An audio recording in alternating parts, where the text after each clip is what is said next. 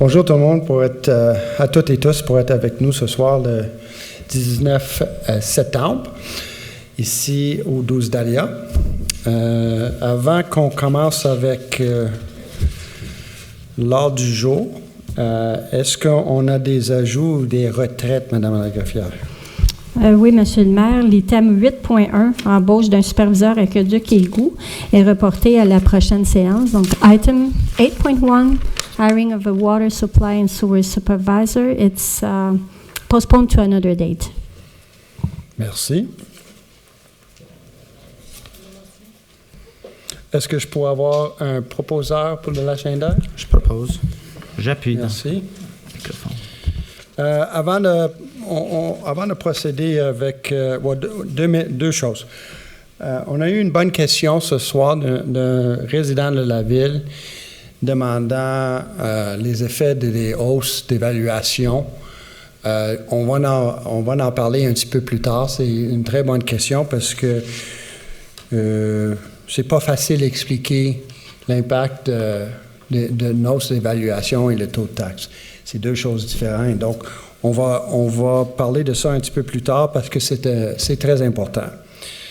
On va se lever pour un moment de silence, mais je vais aussi je vais vous dire qu'il y a une résidente qui a demandé que pendant notre moment de silence, si on pourrait juste refléter et penser un peu aux deux femmes inuites qui ont décédé récemment à Dorval. So, during our moment of silence, if you wish, maybe we can give a little bit of thought and reflection on the two Inuit women who passed away recently in Dorval. So let's stand for a moment of silence. Merci.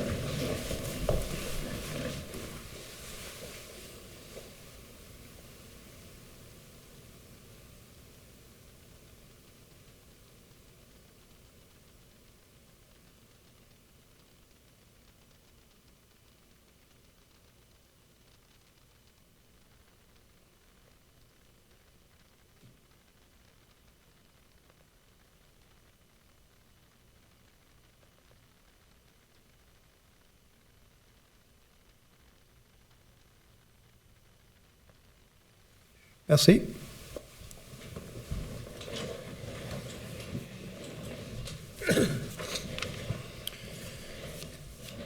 As we start question period, I want to remind everyone that there is a code of procedure to operate, to ask a question. Questions are questions. It sounds like we all know what that is, but a question is a question. It's not prefaced with 5 minutes of hyperbole and accusations or descriptions of language that is inappropriate for a council chamber. So, je voudrais juste faire un petit point que récemment, on a eu des problèmes avec des questions. On a des personnes qui, des fois, posent des questions qui ne sont pas appropriées pour leur conseil.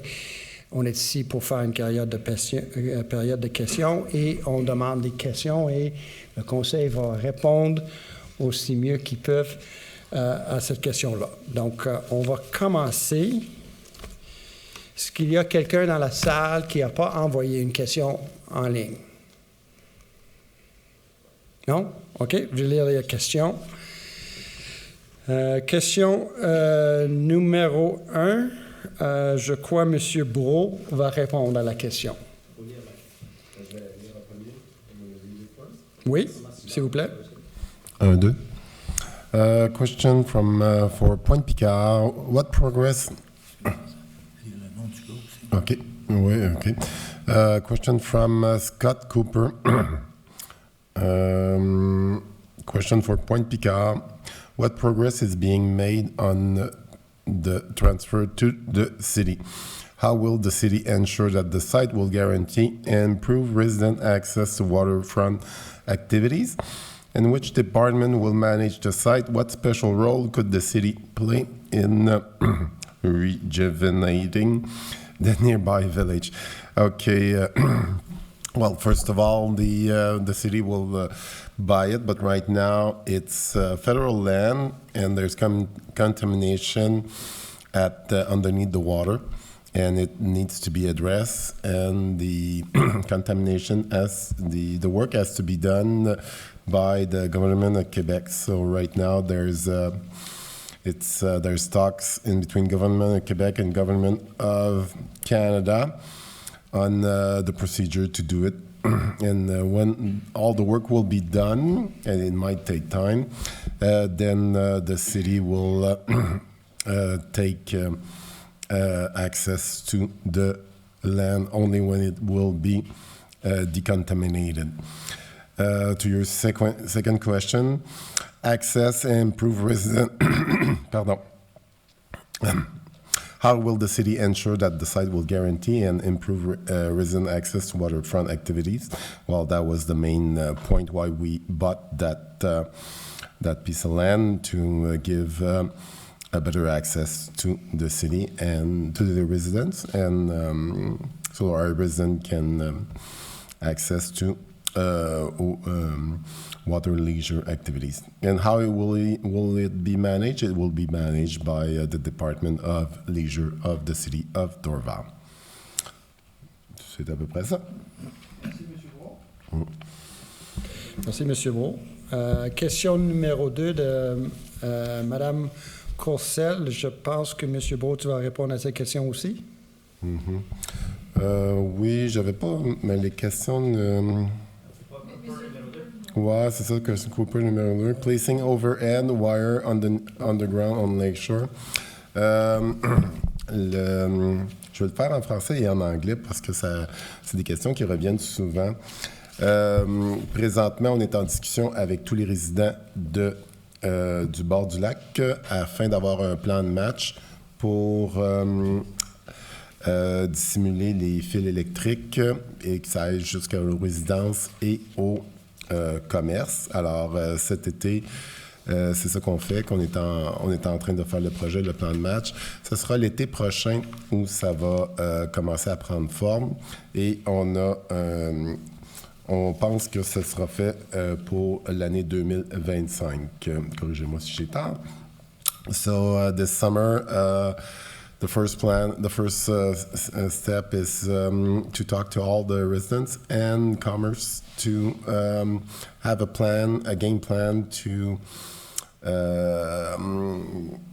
propose where the wire will be going from their house or from their commerce to underneath. So it's only in the planification form right now. Next summer, then there will be the big construction to redo the whole Lakeshore Road, and then by the end of 2025, that big project will be hopefully completed. And number 3, il y a juste deux. That's it, that's all. Merci, M. Brault. Et je veux juste mentionner que les travaux qui vont commencer l'année prochaine se font en différentes phases. Il va y avoir aucune fermeture du chemin bord du lac. C'est vraiment des travaux préparatoires et ça va durer pour une couple d'années. Donc, je pense que, si vous voulez, on peut en parler un petit peu plus à la fin de la réunion, si vous voulez. If you'd like to talk after the meeting, we'll explain to you the different phases. But this year, it's strictly preparatory documents that are being made as to where the hydro connections are going to be after the project and where they are today existing. So it's more electrical design plans than anything else. Bon.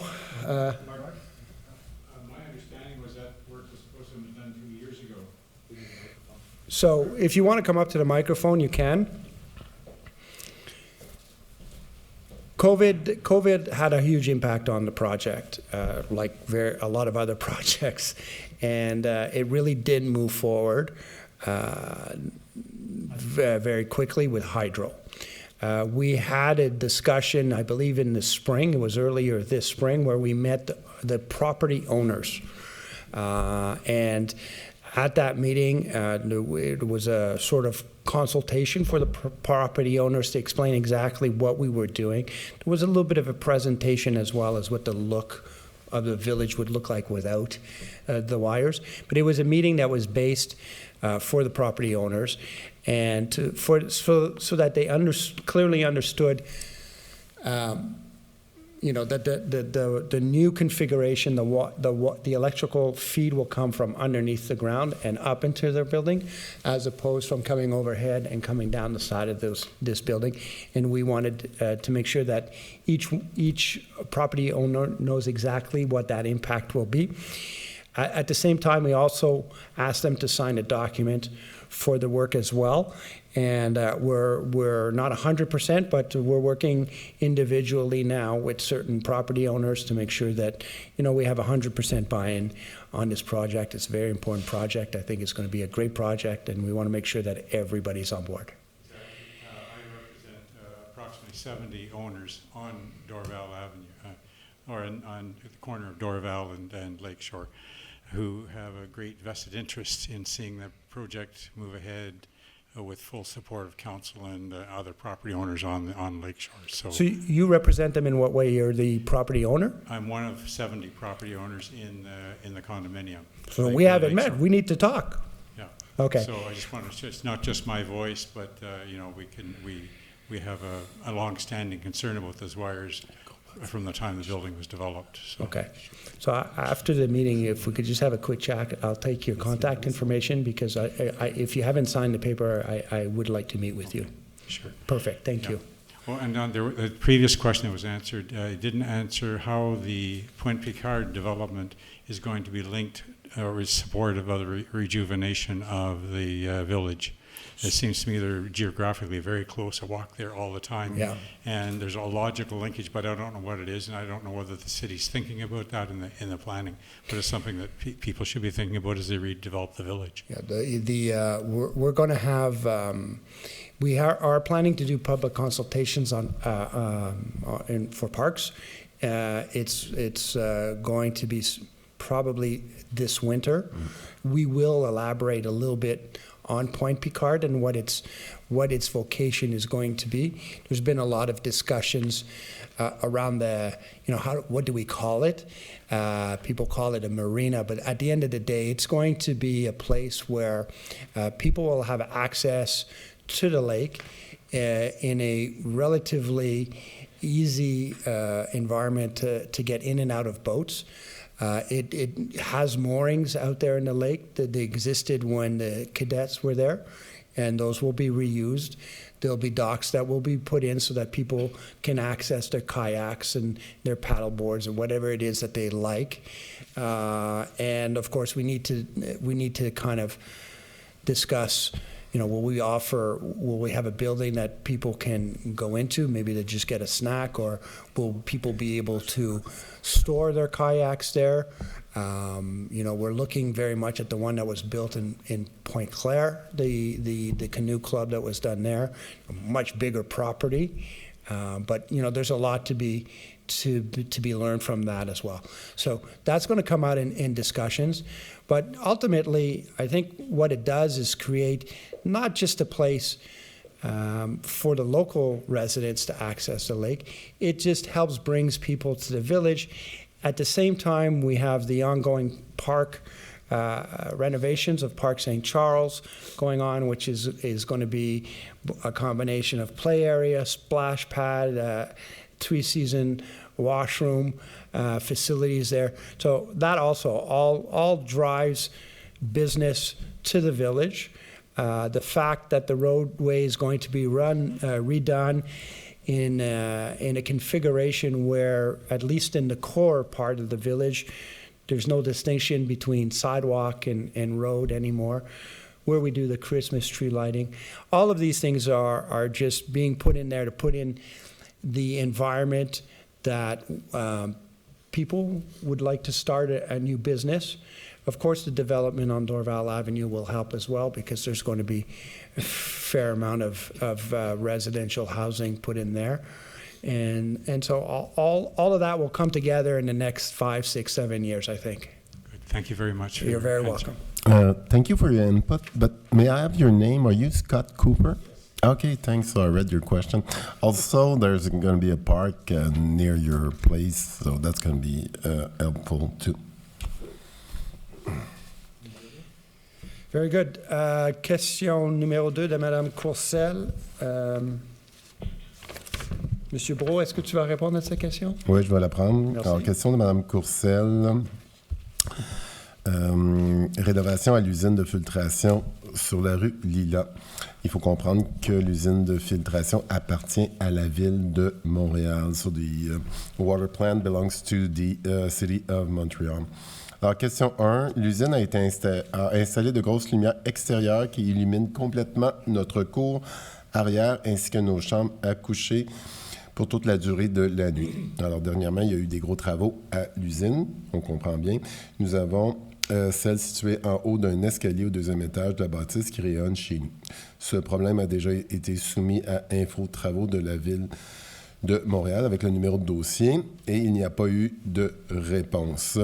Je vais lire la question numéro 2 en même temps. Il y a une caméra extérieure au 2e étage de la bâtisse avec une prise de vue directement dans notre cour arrière et chambre arrière. Fonctionne-t-elle 24 heures sur 24? Ce problème a déjà été soumis à Info Travaux, Ville de Montréal, avec un numéro de dossier. Alors, je vous félicite pour la procédure. Toujours enregistrer votre plainte, comme ça on peut faire un bon suivi. On va immédiatement faire le suivi avec notre directeur général pour votre requête parce que cette lumière-là, c'est invasif et ça doit pas perturber votre bien-être. Donc, on va faire le suivi le plus tôt possible. Et nous avons, je ne sais pas si on peut avoir un petit mot de notre directeur général. On a une nouvelle façon de faire. Alors, s'il y a une plainte comme ça, toujours faire l'inscrire avec le site web à requête. Comme ça, nous, on peut faire le suivi plus facilement. So there's a new, on the website, there's a new link for request. So always go through request and then the city councilor, we can do a good follow-up with the number of the plaint or the request if there's no follow-up. So right now, there's no follow-up on your dossier at the Ville de Montréal, and we have the number, so it's going to be easier for us to ask what's happening. Alors, tout le temps, la bonne procédure à faire, c'est toujours de passer par le site web, comme vous l'avez fait pour la Ville de Montréal. Là, maintenant, on a un nouveau numéro. Donc, allez sur le site web, faites votre requête en ligne et s'il n'y a rien qui se passe, ça nous fera plaisir de faire le suivi en tant que conseiller du district. Merci, Mme Courcelle. Je vais vous revenir avec une réponse. Merci, M. Brault. Question numéro 3, M. L'Espérance. Est-ce que vous voulez que je lise ou vous allez venir au micro? Je vais lire. Écoutez, quand je me suis présenté la première fois ici au conseil, en juin, je crois, je ne pensais pas que c'était pour prendre 3 ou 4 sessions du conseil pour résoudre un problème que je présentais.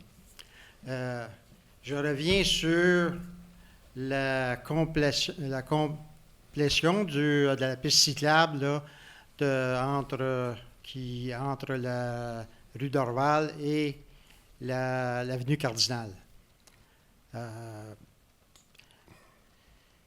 Ma question, c'est que est-ce que au dernier conseil, vous m'avez dit que on était d'accord que c'était un territoire du ministère des Transports. Je suis bien d'accord avec vous. Mais maintenant, ce que j'ai appris, c'est que tout ce que vous avez à faire, c'est de faire une demande au ministère des Transports de compléter la piste cyclable. Est-ce que quelque chose a été fait, là? OK. Écoute, le rond-point de Dorval serait reconstruit si c'était aussi facile de faire une demande. Mais c'est pas le cas. Là, je vous ai envoyé un courriel aujourd'hui Moi, je serais, si on n'est pas, si on peut, si vous voulez, j'aimerais prendre le temps avec vous pour aller voir le chemin. On l'a fait pour d'autres raisons. M. Rouleau, moi-même, Mme Duchâtel, récemment, pour d'autres raisons. Moi, j'ai aucun problème de rencontrer et on va marcher le trajet. Moi, je pense le trajet, pour un cycliste, idéal, c'est le côté est. On traverse au rond-point d'Orval. On a des lumières pour traverser le rond-point. On descend dans le tunnel pour aller à la station intermodale EXO-STM. Là, on prend le chemin qui nous amène, le trottoir qui nous amène en dessous du viaduc. Le problème, c'est, à ce point-là, c'est qu'on a une clôture en métal qui dirige le monde en haut, là. Je ne peux pas tout simplement décider d'envoyer nos travaux publics et couper une clôture en métal de la MTQ. C'est pour ça que je demande, moi. Je sais. Et là, après ça, il n'y a pas de chemin comme tel. Je pense que c'est soit MTQ, possiblement l'aéroport. Mais là, ça veut dire que vous avez besoin de monter sur le gazon. Là. Il y a un 200 mètres à faire sur le gazon. 160 mètres. 160 mètres, OK. C'était proche. Est-ce que l'attente, c'est que ça soit... C'est un terrain du MTQ.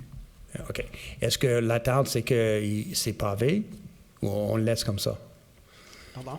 Est-ce que dans votre tête, ça devrait être fini avec l'asphalte ou du ciment? Parce que je pose la question, je suis sérieux, là. Ouais, ça devrait être carrossable, là.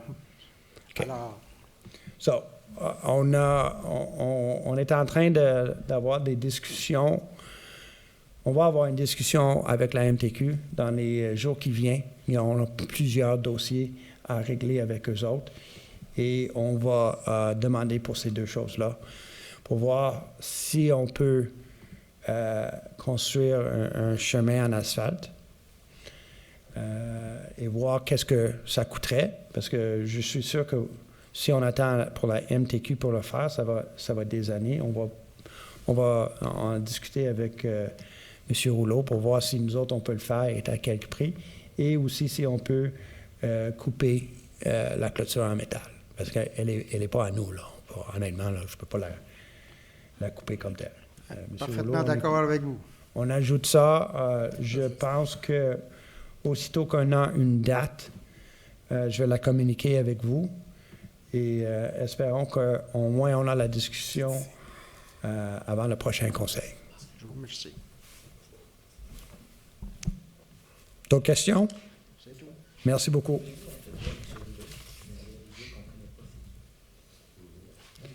Monsieur, pour ceux qui ne connaissent pas, excuse, c'est vrai, hein? On a le nouveau directeur général avec nous, M. Marc Rouleau. Ce soir, c'est sa première journée. So, bienvenue à la ville de Dorval. Merci beaucoup. On va aller à question numéro 4. Monsieur Mamoni. Oui, Monsieur le maire, je m'occupe de 1 et 2. Parfait. Les questions de Monsieur Mario Mamoni, 380 Dawson. Question number 1. Does the Public Works Department perform in-house any of these functions? Paving, repairs of street line painting, cement repairs, grass cutting in park, cleaning of park paths. In fact, none of these functions are done in-house, except that cleaning of park paths, it could be done occasionally, depending on the situation. If needed, some park paths sometimes needs more gravel, so that's done in-house. Other than that, all these functions are done outside. And to do that in-house, it would probably add maybe, I would say 15 to 20 blue collar more to the staff. Question number 2, quality control. Why are the paths in our parks dirty after grass cutting with leaves and debris. With the wet weather, it makes very dirty paths. Also, when sand is removed, it's left on paths. That does any supervise the work? Who is the person in charge for public works to check out work done by contractors and employees? There are supervisors doing both contractors' job and also the own employees. The fact that in the Plans et Devis, there is no provision for the contractor to do the cleaning of the park paths after he cuts the grass. So with Mr. Mayor and the DJ is going to be added to the Plans et Devis for next season to find a way for that the contractor using a leaf blower or there's some tractors with the brushes. So depending if it's a gravel path or asphalt path, but things will be looked at for next season for that purpose. Question number 3. Mark, Oui. Mr. Mayor, it's yours. Merci, Monsieur Trudeau. Mr. Momoni, your third question is, how will the City of Dorval apply the new evaluation rule? It seems it will be inflated and not fair to homeowners who do not want to sell. The market correction already starting with high interest rates seems timing is off. Okay, very good question, Mr. Momoni, and I'll take a moment to elaborate on this. The evaluation of a house has no real relationship with the mill rate or the tax rate that the city charges for your tax bill. The higher, usually when an evaluation goes up, we have a mill rate that is adjusted downwards. So essentially, the city knows what it wants or requires to operate the city, and then we adjust the tax rate so that we come up with that amount of money. And we'll say hypothetically, the city needs $70 million for the Aglo and $50 million for the city of Dorval. Then we would adjust the rate so that we come up to $120 million. We don't use the evaluation rate because that would your tax bill would just skyrocket, and that's really not the point here. We just need to finance the amount of money for the operations of the city for a year and for the Aglo payments. So this is a tax exercise that gets done in the month of October. We have software that is able to calculate the tax rate, and we're still on track for not having any increases. Last year we had a 2.5% average decrease in homeowners tax. So I say average. There are some that go up a little bit. There are some that went down a little bit, and some that didn't change at all. We're not fully engaged in the budget process right now. That will come in the next few weeks. But I expect that the city will work very hard, the administration and the council here, to make sure that we continue what we've been doing for the last 16 years, which is either reducing taxes or, at the worst case, at a very break-even point of zero. Again, I don't know what the rate is so far. We're going to know that in the next 4 to 6 weeks. But I'll reiterate that for us, it's important that we maintain tax levels at the rate that they are today or lower, and the evaluations will have very little, if no impact, on most property homeowners. So if anybody wishes to discuss this more, I'm available at any time to talk. So thank you, Mr. Momoni, for your questions.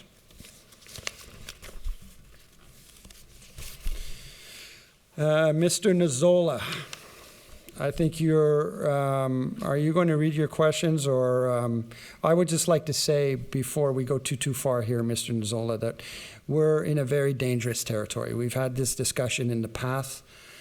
There's a lot of innuendo in what we're talking about in your questions, and when we discuss trust between council and trust between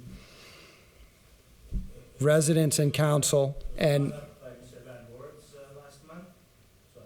no, I don't think it was brought up by him. I want to be very clear, Mr. Nzola, that you're the one who brought it up in your questions last month. So I would I would reflect a little bit on your questions.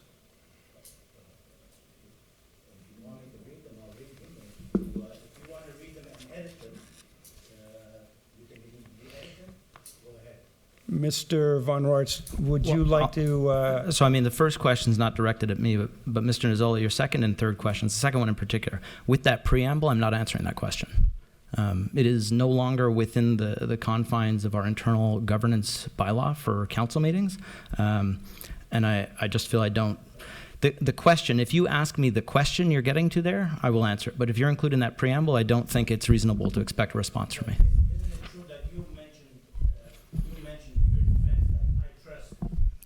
So I spoke. Yep. So I spoke to. I don't think that's your role as a city councilor to just vote with them because you trust them. So we can discuss that with your question, but that's not your preamble. Your preamble is speaking to your confidence in my competency and your confidence in me, and I mean you're outright stating, and I'm going to suggest that you don't read this, about my suitability as serving as a city councilor. So with that preamble, I'm not going to answer it. We'll get to it because you have your first question. So I'll read the first question, Mr. Nzola, if you'd like to come up to the microphone. I would suggest you just ask your question for question 2 to Mr. Von Roerts. I think there comes a time where we have to, as a council, be clear that we're here for question period. We're not here for 15 minutes of innuendo in regards to how you perceive this council to work. I appreciate what you're saying, but I think you have to recognize that in the 20 years I've been coming here, lots of BS has come up. That's a matter of opinion, Mr. Nzola, and I'm going to remind you that you've been cited before, and I'm getting very close to the point where I'm going to do it again, because we cannot repeat to have the same discussions about questions. And we're here for question period. Every other question that was asked here today was a short preamble and a question. We didn't speak for 15 minutes about perception of corruption or innuendo or anything like that. I think I'm allowed 1,500 words. No, you're not allowed 1,500 words of implying that someone is corrupt or inappropriate or... It's not so much the length, it's the content. It's the content. And you need to understand this, Mr. Nzola. I think I mentioned last month that I don't mean to insult anybody. I'm just trying to... We should do this. Okay, please come to the mic, Mr. Nzola. I'll read the first question for you.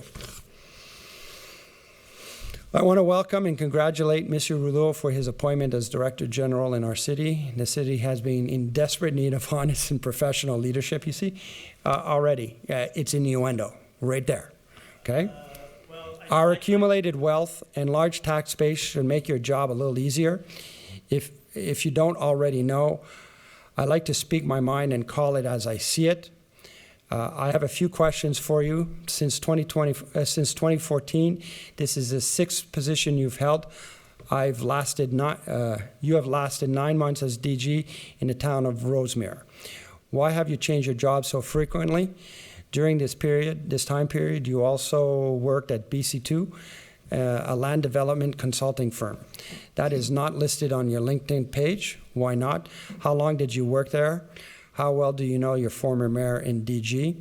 The topic of urban densification and loss of green spaces and tranquility is of great concern to me.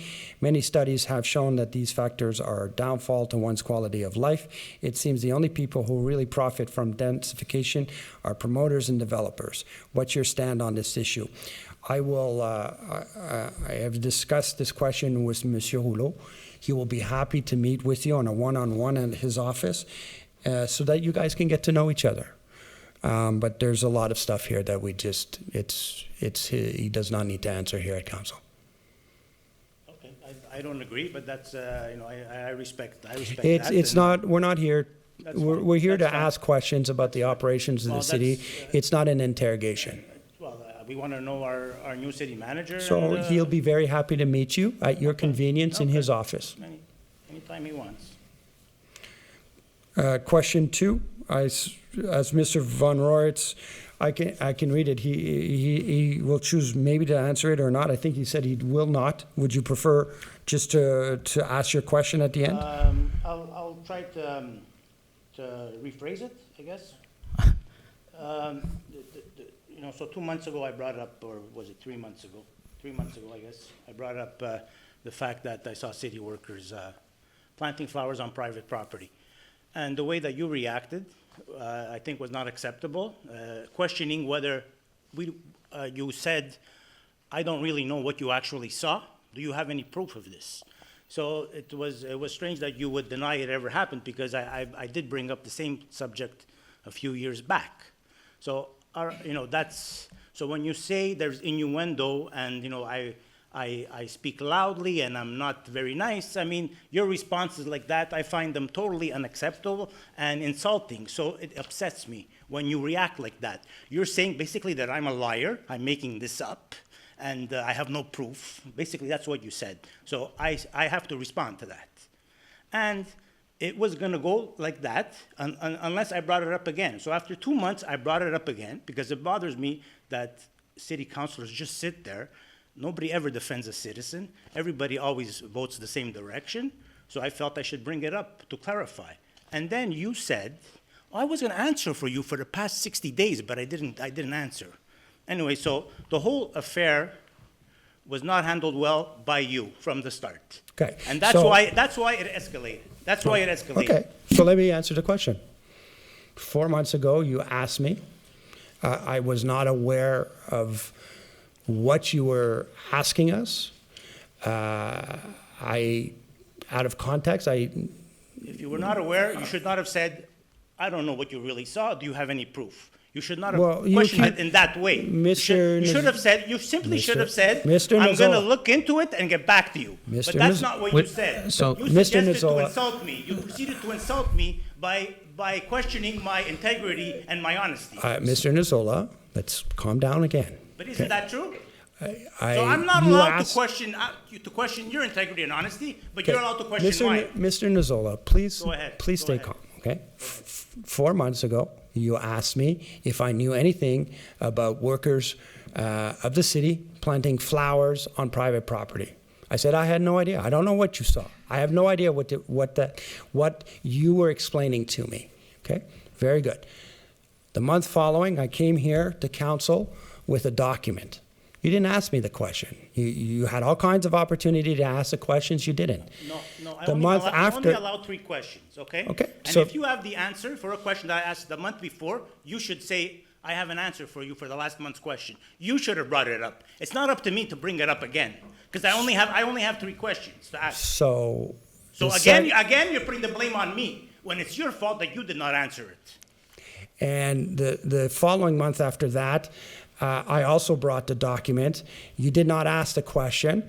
And if I remember, the last month's meeting was a little heated. And so, no, I did not answer. I did not provide you with the answer. Last council, 2 months ago, it was very heated. Last month was heated as well. And however, I did provide you with the document. But today we're looking at the questions and we're questioning again the validity of the information. The information is that we have 14 sites on Dorval, on Chemin Bord du Lac, between St. Charles, Rue Saint Charles, and Avenue Dorval, where the city has no land other than what is existing sidewalk. And to beautify the city, and to bring some life to it, we have worked out arrangements with the private landowners to have gardens on their property. Now, you know, you sometimes say that we're doing favors for individuals who we know. I know almost all of the property owners in that area. It has nothing to do with favor. It has to do about having a nice village, and I think it's been very clear that people really enjoy the topiaries that we have done in the village. It's been popular now for many years, and the flower gardens are beautiful, and no one, you know, has any issues with that. But because we don't have land, we have to do it on private property, and we're not favoritizing people. We've worked with different property owners, and some have been responsive and some have not. That's fine. Yeah, the flowers are always very nice. It's one of the nicest things the city does, and the flowers are always very nice. And of course, I'm a gardener, so I appreciate that very much. Now, the list you gave me had 8 properties, and it also included the vegetable garden and the new vegetable garden at the park, which has nothing. There's nothing. That's obviously on city property. So the other 7 sites are all on intersections of the property. It's not 7 sites. It's 14. There's 14 gardens. The list you gave me had 8, including the garden at the park. So it's really 7. And of those 7, I think all of them are on the intersection of the street. So any person walking along, including me, who's used to landscaping and boundaries and zonage and borders and this and that, and you know, all of those properties look like they could be city land. On the corner of a street, between the corner of a sidewalk, it looks like city land. You're telling me it's not city land, it's private land, but it looks like city land, and the city should be planting flowers there to beautify the neighborhood. Yes, I only had an exception with one little garden because it was clearly on private property, and I thought, why are they every year planting in the front of that property when there's so many other properties? Why don't they mix it up and plant a few other properties change it up every year? That's basically was my question. Fair and enough. It escalated because you did not handle it well. Okay, so we'll forget about that. So now we're going to go to question number 3. Well, that was question That number was question 3. number 3. Okay, so that's, I guess that's it. Sort of 2 and 3, I guess we're, okay, so. Would you like to ask a random question? I want to bring something up. The road construction on St. Charles. Yes. Today, so tonight, 2 different people had to come to my house. I had a meeting with a gentleman. He's driving along Lakeshore, gets to St. Charles. There's a sign that says detour, go straight. He looks down my street, the street is closed. Why is the street closed when they're only working on half the street? So the street should not be closed. At the end of their workday, they should close the half of the section they're working on and leave the other half open. So he heads west. He gets all the way to Dorval Avenue. He doesn't know the area. No, not everybody is from the area, obviously. He gets to Dorval Avenue and sees the lake and says, this doesn't seem right. So he turns around, starts going down the side streets here. Martin, Dahlia here to get to my street, and he can't. So he calls me. How do I get to your house? So I tell him, go to Sévigné. He goes to Sévigné. He calls me again. There's a sign here. It says streets closed. I said, no, you can drive down the street and you'll get to my house. So he does that. And at 6:30, my wife's friend was supposed to come and pick her up to bring her somewhere. The same thing. She calls on her cell phone. How do I get to your house? The street's closed. So the signs are wrong. The street's closed for no reason, and the signs are all wrong. So, the contractors, should think, citizens are a priority, and when you close up a work site, make sure everything is clear and the citizens and people have a right to drive down their street. Point well taken. Monsieur Rouleau will look at that first thing tomorrow morning. Okay, can I bring something else since I'm here? And I know sometimes you allow questions at the end. I don't know his name, but gentleman Mr. Pellicer? last month mentioned, it disturbed me, when he mentioned that he contacted urban planning, the director of urban planning, a few times and never got a reply. And that bothered me because he's a very knowledgeable gentleman and he brings a lot to the meetings.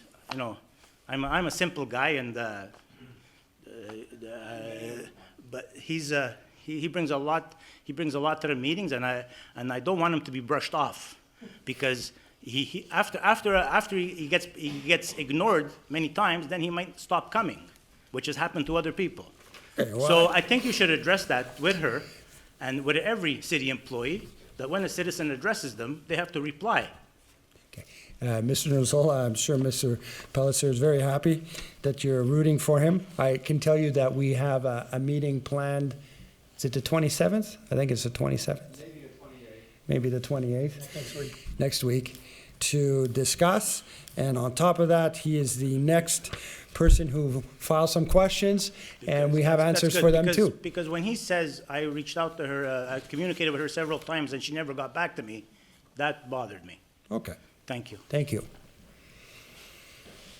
Mr. Pellicer, you're next.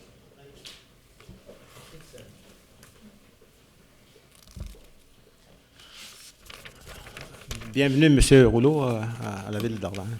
Merci beaucoup. At an earlier first question, at earlier council meetings, my request to have 7 unlisted buildings added to the city's list of historic buildings was to be studied during the second phase of the revised urban planning study currently underway.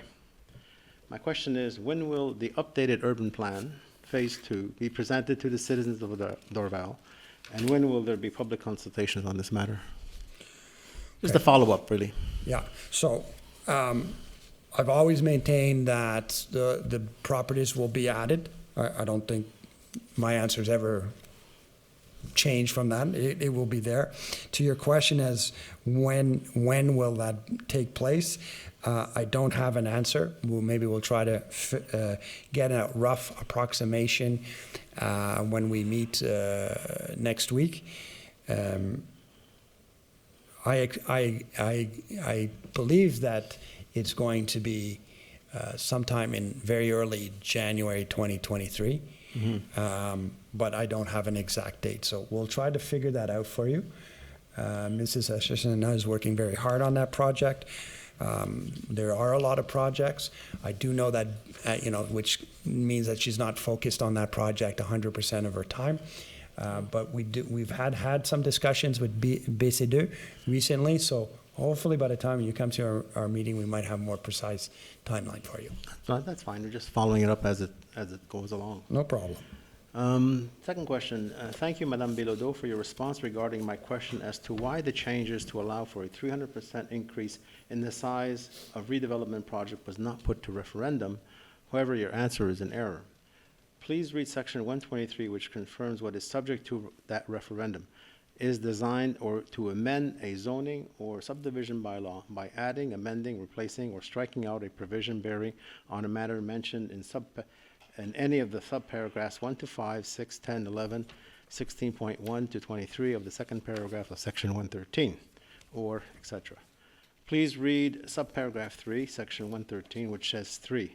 To specify for each zone the structures and uses that are authorized and that are prohibited, including public uses and buildings, and the land use occupation. By allowing for a 300% increase in redevelopment projects, you are effectively modifying the land occupancy density. My question is, noting this oversight, will the city put this matter of a 300% increase for redevelopment projects to referendum? Okay. Please note that the only reason I am asking this question is because the mayor and director of urban planning have refused to add a simple clause which excludes single residential homes and lots from this 300% increase provision. With such a clause, the grouping of single residential lots to form a bigger lot would not be allowed, thus protecting our residential neighborhoods from excessive expansion and densification. Okay. So, I understand that you have a point of view. I've tried to explain the city's position on this. I think it's a great opportunity to discuss it when we meet. If it's not already on the agenda, I'm sure it will be. But let me read to you the answer that was provided to me to provide to you by Madame Achachana. And it reads as follows. The addition of the definition redevelopment project in Section 9 of the zoning bylaw does not modify or add any provisions related to land occupation densities allowed in Dorval. The new provisions added to the zoning bylaw relate to the specific compensation for the purpose of parks, playgrounds, and natural spaces in the redevelopment projects, which are now defined as projects which have an effect of increasing by 300% the land occupation density. Therefore, paragraph 3 or section 113 of the Act respecting land use planning and development does not apply. In other words, the zoning bylaw did not prohibit, before the addition, projects that would increase their density on the ground by 300%, provided that all the requirements of municipal bylaws are met, which is still the case. The only thing that changed in the redevelopment projects is that after complying to all municipal bylaws have an effect of increasing by 300% the land occupation density, will now have the obligation to provide as a condition before obtaining their building permit the compensation specified in the zoning bylaw. And we're going to be approving one of those redevelopment projects in terms of compensation later on in the council tonight. And of course, the goal of all that is so that, prior to this change in the bylaw, someone could redevelop a project over and over and over, and we received zero compensation for that project. So this is a very important piece of the bylaw changes that we're doing. It's going to bring a fair amount of dollars to the city, and those dollars will be used specifically to build an environment or parks that are suitable in high density locations. I understand where they're going, but I still disagree because the land occupation density is effectively being increased, and you just mentioned that it is. That is a condition that is required to go to referendum. Okay, so at this point, I think for the purpose of this meeting, it's best that we have this discussion, further discussion on this with our meeting, with Madame Achachena and Monsieur Rouleau. Fine. Okay, we'll pick it up at that point. Okay. I have a quick third question, if you mind. Go ahead. What constitutes a minor derogation? What constitutes a minor derogation? A minor derogation mineure is some sort of change that you're making on the zoning. I don't want to go further with that. I think that also is a question that can be answered specifically by Madame Achachena. Well, I wouldn't want to say something that tomorrow is not right. It's not an easy concept. Well, that's fine. The reason I'm questioning that because I want to try to understand un dérogation mineure. How is it defined? Because it's a critical item. I find that what happened on Martin Street with 810 being split and a reduction in size of nearly 25% of the size of a lot, that's not minor. That's major, and I'm trying to find out why. Okay, but that is a question that can be answered by Madame Achachena. I cannot speak to you of the legal definitions of what that is. What you consider major and what the urban planning laws say is minor, that's defined in the law. It's not a matter of interpretation. Yes, I understand that. I'd like to see the legal language, and often legal language is a question of interpretation in itself. So. Yeah, that's why we have more lawyers than anything else in the world. I know. It's unfortunate. They're called the dogs of war. Okay, thank you. Thank you. Next question is Mrs. Vicky Jones.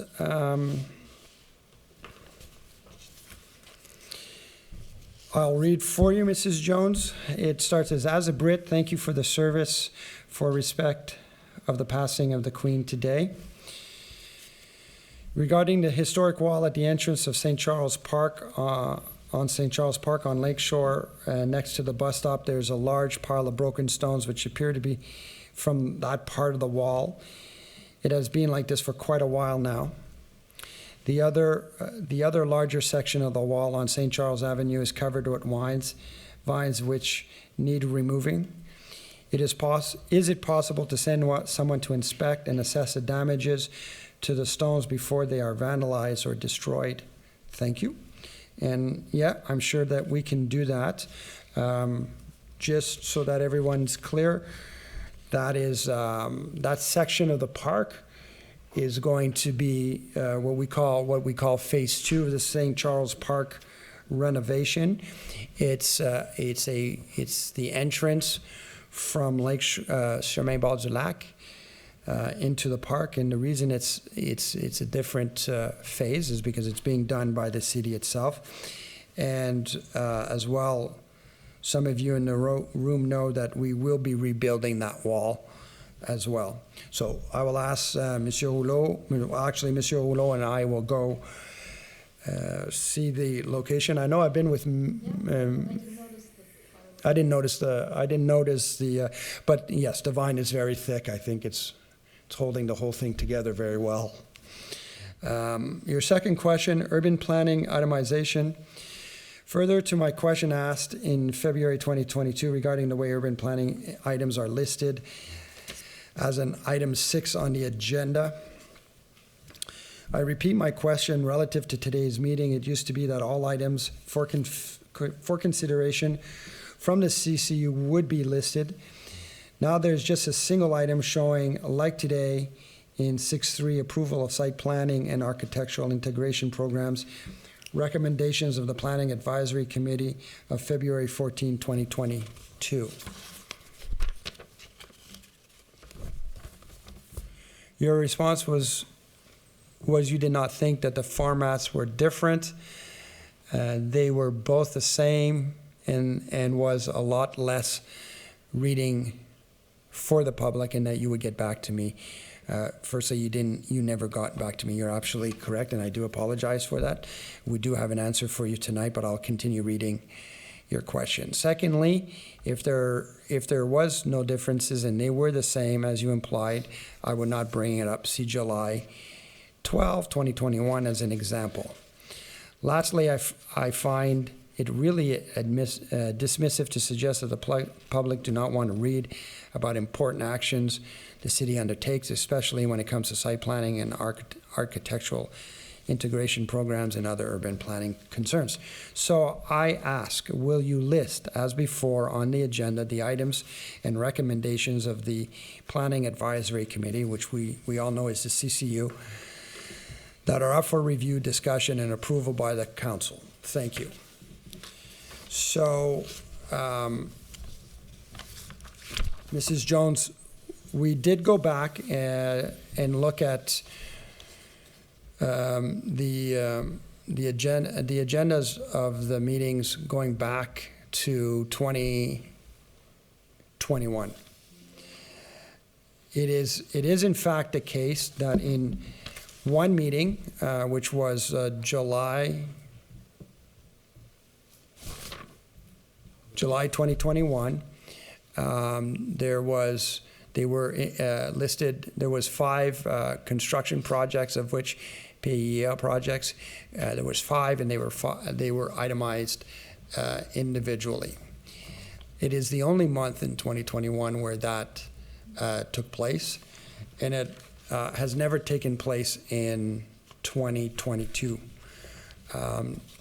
To your point, today will be in the same format as it was last month. To your question, we will have that discussion internally and see if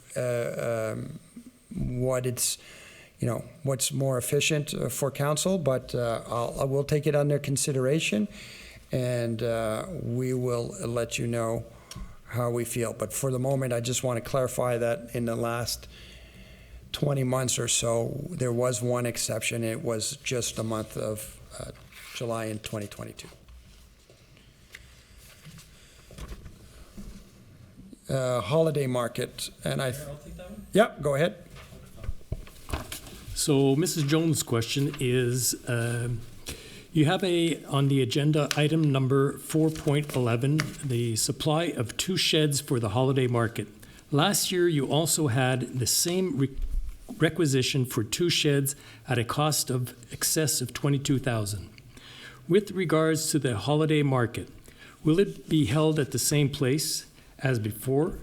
There are so many other options and configurations that could be more inclusive and would be less invasive to the lives of the people with use of parking, including the shoppers and visitors. So thank you very much for your question. You're correct. Last year's cabanons were $22,000. The same company this year, because we went out for a bid, was $36,000 for 2 sheds. So we went with another cabanon Noël, and this year for the 2 sheds are a bit different, and they are $22,000. I will also add in there that those sheds are going to first be offered to our local organizations, okay, for them to be used, for them to come and use whenever they feel that they can. If it is that they do not get taken by them free, we will then offer them to other vendors, let's call them merchants, so that we can collect funds for partage action. Now, concerning the location, yes, the committee looked at the different place of where we could hold this, but really, I mean, I come from retailing. If last year we had 9,000 people that came to our marché, I think just there, the opportunity that the local merchants have, I mean, 9,000 people coming in your backyard to sell stuff and also getting to know our village, I think it's tremendous, personally. Parking was definitely something that we are looking at, okay, and being better prepared for communication. I'll give you one example, is that for the setup, it's going to be done in 2 stages. They're going to be splitting the parking lot in half, doing their setup, and then whatever a few days later, they're looking to do the second half of the setup. So it's not going to be taken over all at once so that residents have a problem. The parking will be made available. We're going even to the point of offering the, because I don't think there'll be construction at that point at our park in Cloverdale. So people will be hopefully able to, not, no? Eh? No. I would like the park to start, but at this point we're thinking of using it for parking, yes. And definitely the signage will be more friendly, let's call it that, where there's the parking lot on, parking on Martin and other places. So thank you very much for your question, and hope to see you at the marché.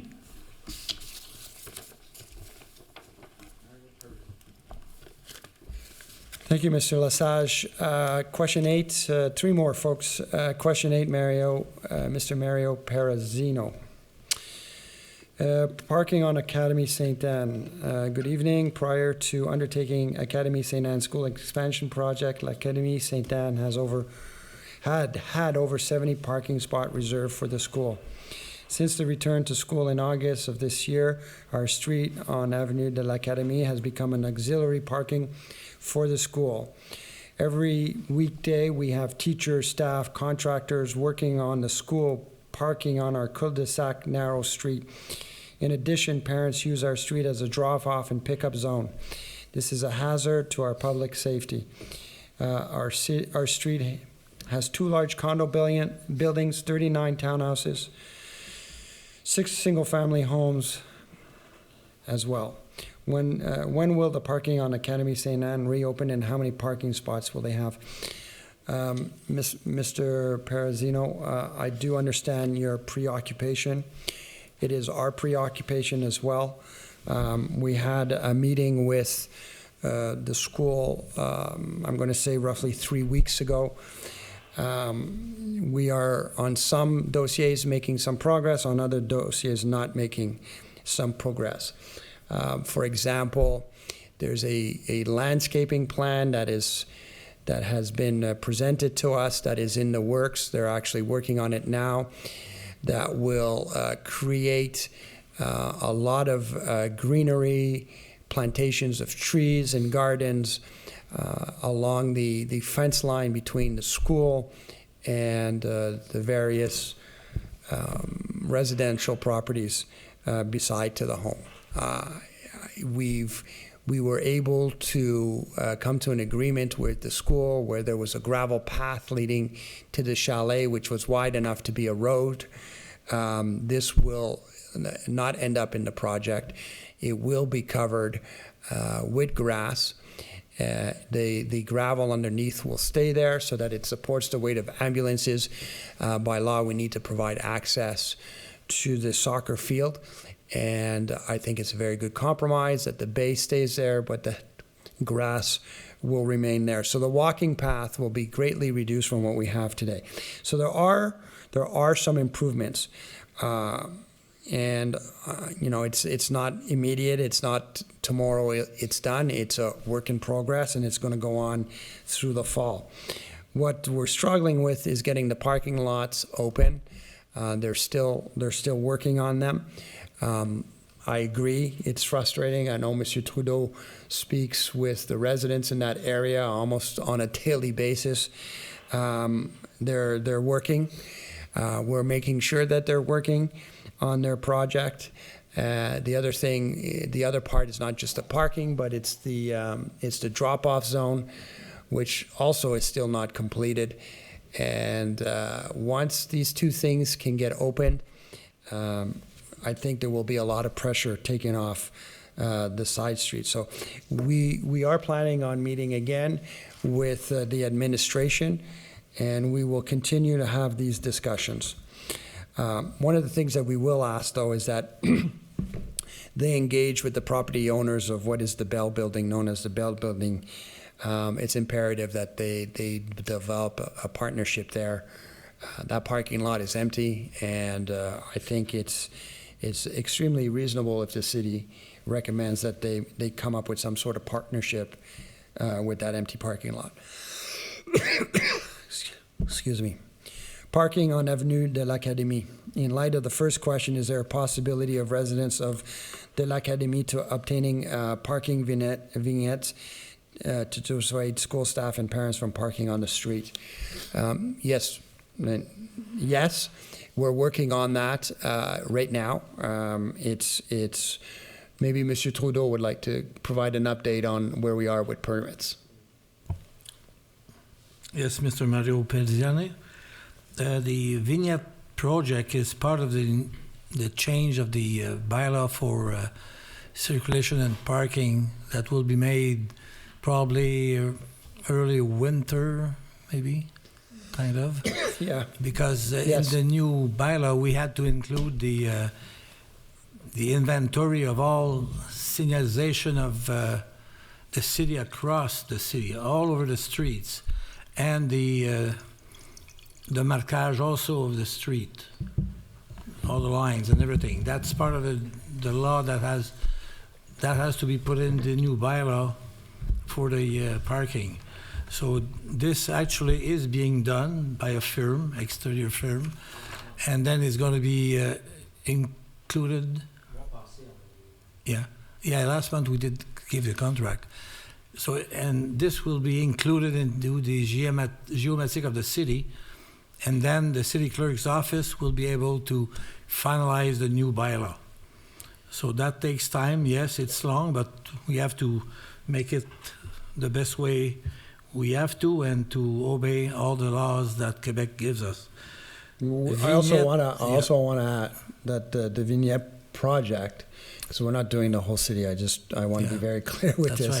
Right. We're not giving people in the city of Dorval permits throughout the city. This project is meant to target areas where we have particular problems, and that area of Mousseau-Vermette will be the first area in Dorval to get that. L'Académie. Yes. L'Académie, yeah. Yeah. Absolutely. We have a couple of more places as Projet Pilote that will follow up.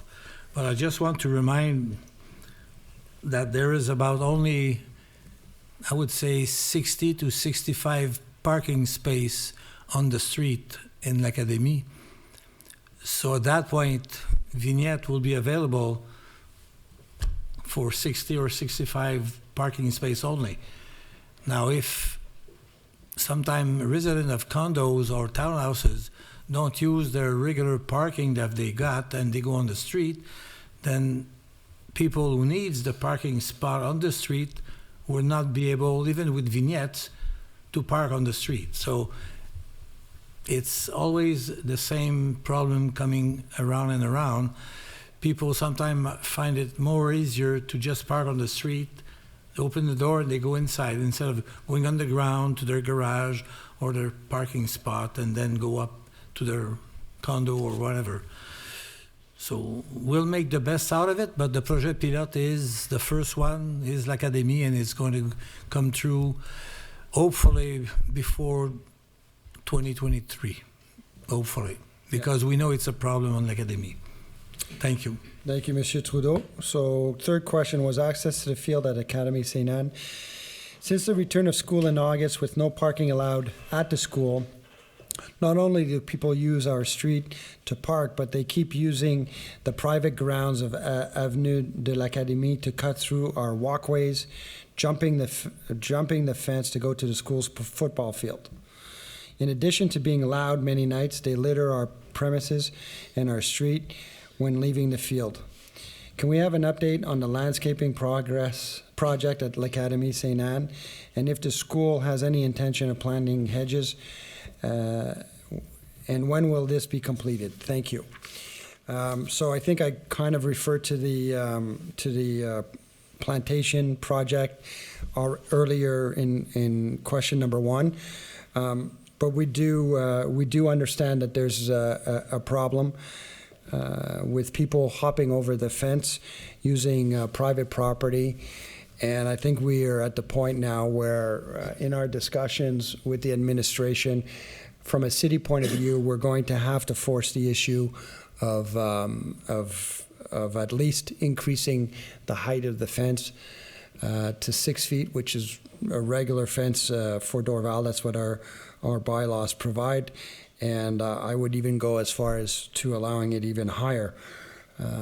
Because I do understand that that's a problematic. We are sent pictures on a weekly basis of people doing that. And so this is very important that we get some action on this. So all of this to say that we are in discussions with the school. We will continue our discussions until we are all satisfied that the situation becomes more tolerable for everybody in the neighborhood. If you have any more questions, please call me at my office, Mr. Perazino. Madame Cournoyer, would you like to read? Absolutely.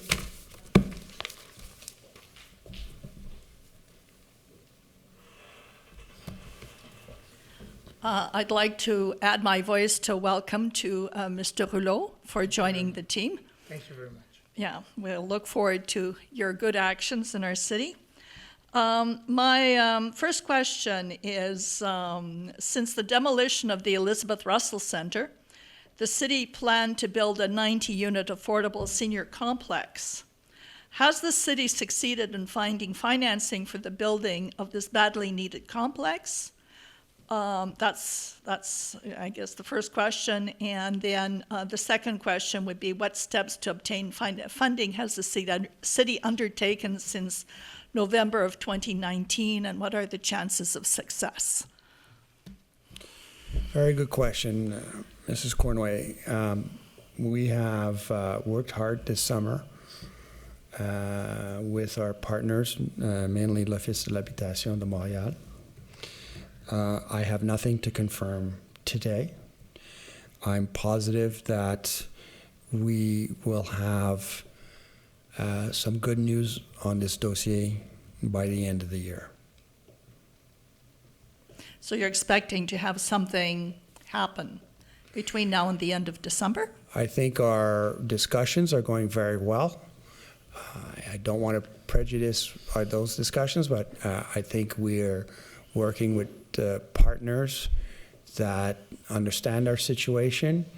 We're working within the framework of programs that the provincial government outlined back in late spring, early summer. And at this point, again, I'm not at a point where I can say that we have something, but I'm fairly confident that we will be announcing a project for that property before the end of the year. Well, that's very encouraging news. Thank you for that. It is. Yeah. And we're, just to add to that, I don't know about the 90 units. That's in the details. But it's looking to be a project that may even be a mixed low-income senior residents with a mix of low-income family units as well. That's possible. Okay. Okay. Okay, and my second question is, I think everybody that drives down Dorval Avenue these days has noticed that the fence has gone up around the Surgakis building on the northeast corner of Carson at Dawson Avenue, and that the machine's in place to tear down the building. So this would mean that the city's approved plans for a replacement for that building, seeing you had the demolition hearing quite some time ago. Can you please describe the building that is to replace the existing building? Will it respect the existing zoning bylaws limiting construction to a maximum of 4 stories, or is the city expecting to grant this new construction a derogation? Also, in view of the environmental costs, will the remains of the building be sent to landfill, or will it be recycled for use in the new construction? Okay. Very good questions. The demolition permit was issued, and I have it here on the 10th of February 2021. And the project itself was approved by the CCU. Now, I'm not going to give you a date, but I'm going to say it was at least 6-7 months ago. And I can tell you today that there was one small loop to tie off, and that was the sum of money that they will provide the city because of the fact that it's a redevelopment project.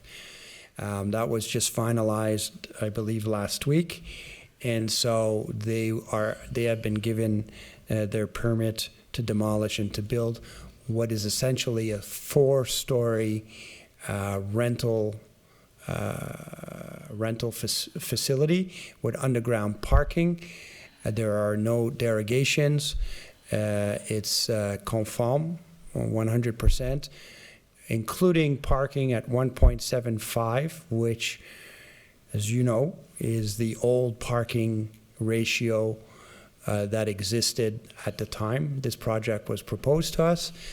So yeah, pleinement conforme. So when you say it's rental accommodations, like commercial rental, or is it residential? Residential. All residential? I say that because, people always say, "Oh, it's more condos. It's more condos." Most projects being built in Dorval today are rental. Actually, I'm not sure that any of them are condos. Okay, so it's residential, rental then? Yeah, and I believe there's, no, I'm not sure. Commercial, I'm not sure about commercial. Okay, and would you have any idea of the sizes of the units? Are no, they 1 bedroom, 2 bedroom, no, 3 if you'd bedroom? like to send an email to Mrs. Achena or myself or Monsieur Rouleau, we can and make just an access or information request. We'll provide you whatever information we're permitted to provide. I'd much prefer asking you directly than making an access to information request, because those take a very long time. Okay, all right. I will ask for the information tomorrow. Okay, thank you. And then my question is there's a wonderful property at 1020 Bords du Lac, which was the former home of our mayor, Sarto Desnoyers. So it's both a historical house, it's located directly on the lake, and it has 1 acre of land. all of which listed for $3.5 million. So my question is, in view of the upcoming transit-oriented developments that you want to do in the Triangle, could this be an opportunity to increase the amount of lake frontage available for the public to use? You know, we all have a piggy bank at home, eh? And I think we cracked open the piggy bank with this property here. So, well, that would be a question, because what plans does Dorval have in the future to increase public access to its lakefront? Lachine, as you know, had a very progressive property policy of acquiring property as it became available, and they have a wonderful lakefront that, as a resident of Dorval East, I take full advantage of. I'm very lucky to live only 3 blocks away from this marvelous lakeside park. It's been wonderful to raise my children, go biking there, but I think of other people in Dorval who aren't quite so close. This would be a great opportunity for them. And so the question is, yeah, I realize we've just bought this one, but you get a whole acre here for $3.5 million. That's not bad given today's prices. So the question it's more is, than I can buy. question is, do we have a policy to increase our lake frontage? Okay, so you know, this is brought up. I hear this from people as I meet with them, and there's 2 approaches here, and this goes back to the late 1950s. Lachine had a mayor, Dorval had a mayor. I'm not sure who the mayor was in Lachine in those days. We had Sarteau-Desnoyers. They had 2 different visions. Thank you. And they had, these 2 mayors had 2 very different visions of what their cities would look like at that time. And Monsieur Sarteau-Desnoyers had the opportunity to buy a lot of land that exists, that is today known as le Centre Communautaire Sarteau-Desnoyers. That building was the Elm Ridge Golf Course clubhouse. And he had the vision of buying all of the land that where the arena is today, where the Arboretum is, where the tennis courts, the tennis club is, the 2 soccer fields, and that was what he did. I think that was a great choice. We had 2 schools built and a church, all in the 1950s. In Lachine, they did something different. They had a lot of poor quality industrial, very little residential on the shoreline. Much of the land was, many of the buildings were old and dilapidated, and they had a policy of buying land on the waterfront. In that time, in those years, much as it is today, much of the waterfront was already built up in Dorval. So 2 different visions, 2 different mayors, 2 different visions.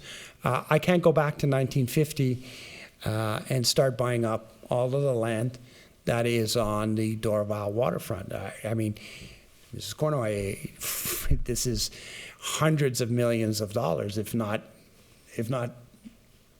$500 million or more. I have no idea what that would cost. Well, so, I mean, it's my question. You're sort of like outlining the very forward thinking of a mayor in the 1950s who met Dorval's needs. And I think as Dorval residents, we really appreciate the quality of life and the far thinking that Sarteau-Desnoyers had at that time. So my question is, now in 2010, which is 2020, which is some 70 years after Sarteau-Desnoyers, what does our future hold? Now, we've been going piecemeal. We've picked up Pointe Picard, hopefully. We've picked up this place. But if we're going to be having growing pains... And we developed Millennium Park as well. Yes, in that you did, yeah. When the demergers happened, yeah. So you took advantage of that surplus. My answer is very simple. We do not have a policy of buying every piece of land that goes up for sale on the lake, on the waterfront. The city has no way of affording that. I certainly don't have a mandate to do that. The council has a mandate to start spending tens of millions and 20 millions of dollars just to buy up property. We're spending $4 million on the renovation of Parc Saint-Charles, and that's just phase one. Correct. It's a very good investment, I think. I think we do have money, but the whole question is... And we do. And we bought this property. So I want to be very clear, Mrs. Cournoyer. We do not have a policy of buying waterfront property. We have opportunities that exist, and when those properties come up for sale, we will be the very first people in line to make an offers for those properties. I will not list them. It is not in my interest to list them. I do not need these people to know that I want to buy their properties, but the day they become available, we will buy them. And I suspect you know which ones they are. Well, I don't think it hurts necessarily to bring the city's attention to other properties that might offer an immediate occasion, as opposed to having to wait a long time for some of the others. Specifically to that property, it's extremely narrow property with a shared road, and it would be very difficult to have a park location, a city park on a shared road with a private owner. The property might be very big. It's about this wide on the lakeshore. It's extremely narrow, and it would be extremely difficult to integrate a park in a very densely populated area. So no, we do not have an intention of buying that property. So it's the suitability of the property more than anything else. Absolutely. If I can add, so I do think to the point you made, Mrs. Cournoyer, though, bringing those forward, by all means. I think being aware of them, I mean, we're pretty aware of what's happening, but bringing them forward, I don't think there's an issue with that. To Mr. Dorey's point, I think we can look at each one of them. I also think, and maybe I'm overextending myself here, and the mayor will tell me if so, but given that we're going to be doing this parks and green space consultation, I think that'll also help us not only, we know what we have, but have a clear vision of how collectively do all our green and leisure culture spaces tie in together. And if in that process there's a clear identification that, you know what, we're lacking something, whether it's in a designated geographical area or for some kind of offer of service. I mean, Point Picard is an excellent example of something that could expand on our current offering. I think that's an opportunity that might identify it, which could help guide future decisions about properties like that. So in other words, in the future consultation, if there is a citizen need for a greater lakeshore property acquisition on the part of the city, that would be an option that would be considered within that The reason context. I said I may be overextending myself is because I don't know if I can answer for all of us and say, yes, of course, but I think that until we have that piece, I think that it ties in with that to some extent. Ties in with that, enough. And it will be a piece-by-piece evaluation. But, at the end of the day, the properties cost a lot of money, and we made a very quick decision on this property. But I don't think we can go around spending that amount of money every year. Mr. Dorey, with that new parks acquisitions policy, it could be an area where you could earmark that revenue flow coming in, particularly when you start developing the triangle, and saying, hey, we could use this money for that purpose. Okay. Let's not confuse issues here. The triangle, we're not developing the triangle. It's not an yet, yes. It's an RCI, and what we're looking for is a feasibility study to redevelop that area, and that doesn't mean that it is redeveloped into residential. It can also be redeveloped into high-value industrial park, something that it's not right now, and so. Let's not imply that somehow we're going to have residential areas in that area. Well, I'm glad that you're going to be considering looking at the option of keeping it as an industrial area, but a more valued one. Absolutely, because more heaven valued. knows our industrial park does contribute to the prosperity of our city. It certainly does. So thank you. Can I ask a few questions Est-ce about the que- agenda, or is there someone else asking Est-ce que a je question? peux élaborer Oui. sur votre point, Mme Cournoyer, dans notre plan d'urbanisme durable? Objectif 7.2, préserver les acquis, les corridors écologiques, les habitats fauniques et les espèces à statut précaire. Il y a un point qu'on dit qu'il faudrait évaluer les opportunités d'acquisition de terrain pour fin de conservation. Donc, on le fait ici. On le fait pour Pointe-Picard. Donc, je pense qu'on l'a sur notre plan d'urbanisme durable. Puis c'est Ouais, un bon et point puis que vous je- apportez. Puis on va regarder les situations quand ils sont Un bon point, monsieur disponibles. Gros. Ouais, et puis je voudrais dire que même si c'est pas sur le lac, je trouve que l'action que la ville a prise avec le Chant des Monarques est vraiment excellente. Et j'aimerais remercier le conseil pour avoir pris l'initiative de ce côté-là. Et d'autres villes. Et donc, Il y a Ouais, plusieurs et les villes autres qui, villes, qui nous ont soutenus aussi. Ouais. Et Mme Cournoyer, je vais proposer un règlement très pas un RCI, mais Un changement de zonage. pas un changement de journage. On va à l'aglo cette semaine, on va aussi. Je vais proposer le même type de document qui va être supporté par la ville de Côte-Saint-Luc. OK. OK, So, excellent. on continue à mettre la pression sur le fédéral pour trouver une solution de préserver des terrains dans des terrains fédéraux au nord de l'aéroport et avec coordination avec l'agglomération de Montréal et l'arrondissement de Saint-Laurent. Ouais. No, that would be really good because the biodiversity in that area is absolutely stunning. You can go walk for hours in the Laurentians. You'll never encounter as many species of birds and animals as you do in that area.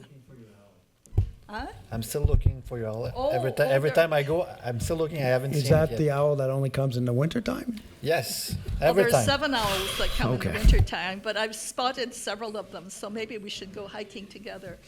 Okay, Mrs. Cornoy, we're getting late into the evening. I know you want to ask another question, so let's go quickly. And is there anybody okay. any other questions? We're going to ask Monsieur Bouillard to do his question, and then you'll I come. just had some. Okay, quick, very quick. You have, for example, in 4.12, service d'inventaire de la canopée urbaine de la cité de Dorval. Does that refer to the survey of the canopy that you were going to do that's part of the urban plan? Yes. Yes. Okay, excellent, thank you. There's one more question? Monsieur Bouillard, vas-y. Viens au micro, s'il vous plaît. Bonsoir, Brouillard Denis, 225 Saint-Louis. C'est juste un commentaire, question, c'est que sur le chemin Héron, où a été construit 2 nouvelles bâtisses, où était l'ancien restaurant Pacini, juste avant l'ancien Provigo, le IGA maintenant, là, il y a 2... Celui 3 étages, angle bizarre. Oui. Là. OK. Il y a un container pour des déchets de construction qui est là depuis le début qu'ils ont commencé ces 2 constructions. Je pense que ce container est utilisé à cet endroit pour seulement que la publicité, parce qu'il n'a pas bougé depuis peut-être 1 an. On va aller voir, Monsieur Bouillard. Ouais, disons, il y a le container avec le logo de la compagnie et un numéro de téléphone. Mais il n'a jamais bougé. Il est plein, par exemple, mais... Terrain de Taveri, hein, l'ancien terrain de Taveri. No, the Chinese, Heron? the eyesore. No, I am les yeux, le docteur des yeux. before that it was the Chinese food place. Before that it was the Italian. On va aller voir. On va aller voir. Next to the hotel. Demain matin. Quand vous voulez, mais ça fait longtemps. All OK, right. c'est la seule OK. Merci.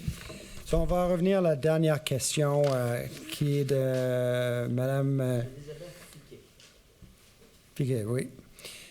Première question, minute. Ça va poser une minute de silence pour les 2 femmes décédées. Bonjour, j'aimerais proposer une minute de silence pour commémorer les morts des 2 femmes Inuit originaire de Nunavut, Madame Mary Jane Tugolak et Nellie Niviaxix, décédés après avoir été happés sur l'autoroute 20 à la fin du mois d'août 2022. Je pense qu'on a fait ça au début de la session. Question 2. Pourquoi 2 femmes, donc l'une était au fauteuil roulant, se sont-elles retrouvées en pleine nuit sur l'autoroute? Ont-elles été déposées par des individus sur le bord de la route? Où étaient-elles arrivées par elles-mêmes ou sur l'autoroute car elles ne retrouveraient plus leur chemin? Que peut-on faire pour ne plus que cela se renouvelle? Quelles sont les actions prises par la Ville? J'ai des idées, j'aimerais partager avec le comité de sécurité publique, séance d'éducation routière, rendre plus visible la sécuritaire la façon de traverser à Point-Rond, Dorval, Tronçon, avenue Dorval, l'axe A20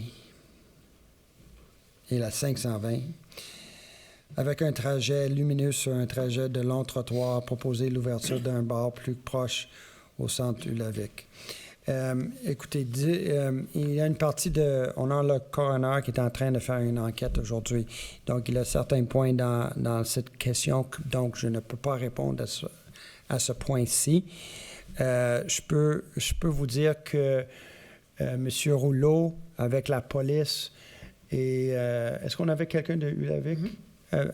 Se sont rencontrés la semaine passée, vendredi passé, pour une réunion qui, je crois, a été un grand succès. Et donc, la Ville s'est engagée à travailler sur un projet où on va bien définir avec la direction du LAVIC le chemin pour prendre pour aller du côté sud de la ville de Dorval, on va dire l'avenue Dorval, et comment marcher et se rendre sécuritairement au centre Ulavik. Peu importe quel côté du rond-point Dorval qu'on peut utiliser.